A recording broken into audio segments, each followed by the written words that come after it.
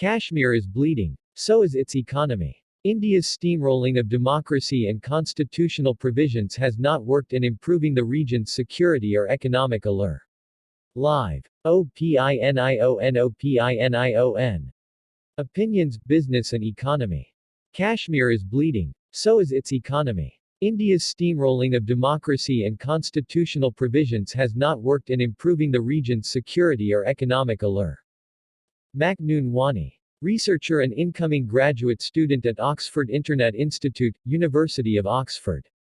Published on 4 February 20234 February 2023.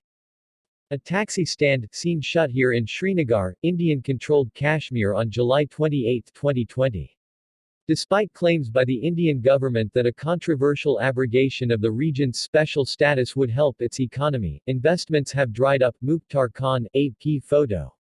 On January 1, 2023, as the world celebrated the start of a new year, several families were mourning in the Rajouri district of Indian-administered Jammu and Kashmir.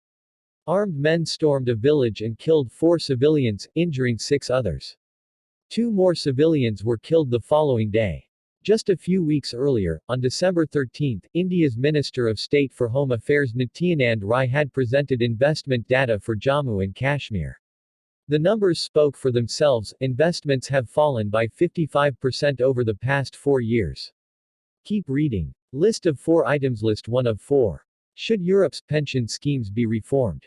List 2 of 4. Sri Lankan FM, bad luck and bad policies caused economic crisis.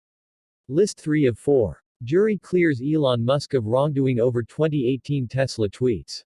List 4 of 4. Adani crisis ignites India contagion fears, credit warnings.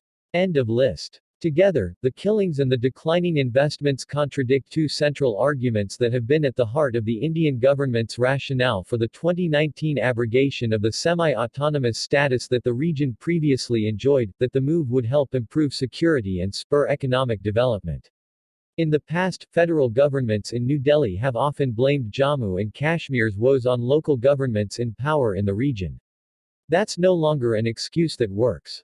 When the Hindu nationalist government of Prime Minister Narendra Modi eliminated Article 370 of the Indian Constitution, which gave Kashmir special status, it also carved out the territory of Ladakh from the region.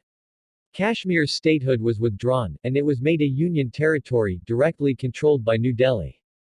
Jammu and Kashmir doesn't even have the disempowered legislature that other union territories have. The region hasn't had elections in 7 years. Yet it should now increasingly be clear, if it wasn't previously, that sidelining democratic processes and principles, and steamrolling constitutional provisions, aren't working in improving the region's security or economic allure. Follow the money. The abrogation of Article 370 allowed non-residents to buy and own land in Jammu and Kashmir for the first time. Critics of the region's previous special status frequently cited restrictions on land ownership as a major reason why private sector industries were reluctant to set up businesses there. However, data published by the Indian government's Ministry of Home Affairs, and made public by Rai, calls a bluff on those claims. Total investment in 2021-22 in Jammu and Kashmir stood at $46 million, down from $50.5 million the previous year, and dramatically less than the $102.8 million spent in 2017-18. While the COVID-19 pandemic no doubt affected Kashmir's economy, the statistics suggest that wasn't the biggest factor in investments drying up. After all, the steepest fall in investments came the year that the Indian government ended Kashmir's semi-autonomous status, before the pandemic, having from $72.3 million in 2018-19 to $36.3 million in 2019-20. Track the bullets. Things aren't much better on the security front. Although political protests have subsided because most pro-independence leaders have been imprisoned, armed groups appear to have changed their tactics. Attacks on civilians have increased in the last few years and are increasingly being directed at non-resident Hindus and the minority Kashmiri Pandit community. A.S. Dulat, the former chief of the Research and Analysis Wing, India's external intelligence agency, recently highlighted the sophistication of these attacks. The targeted killings, he said, demonstrated that the armed groups have a strong intelligence network and possibly have members within the government.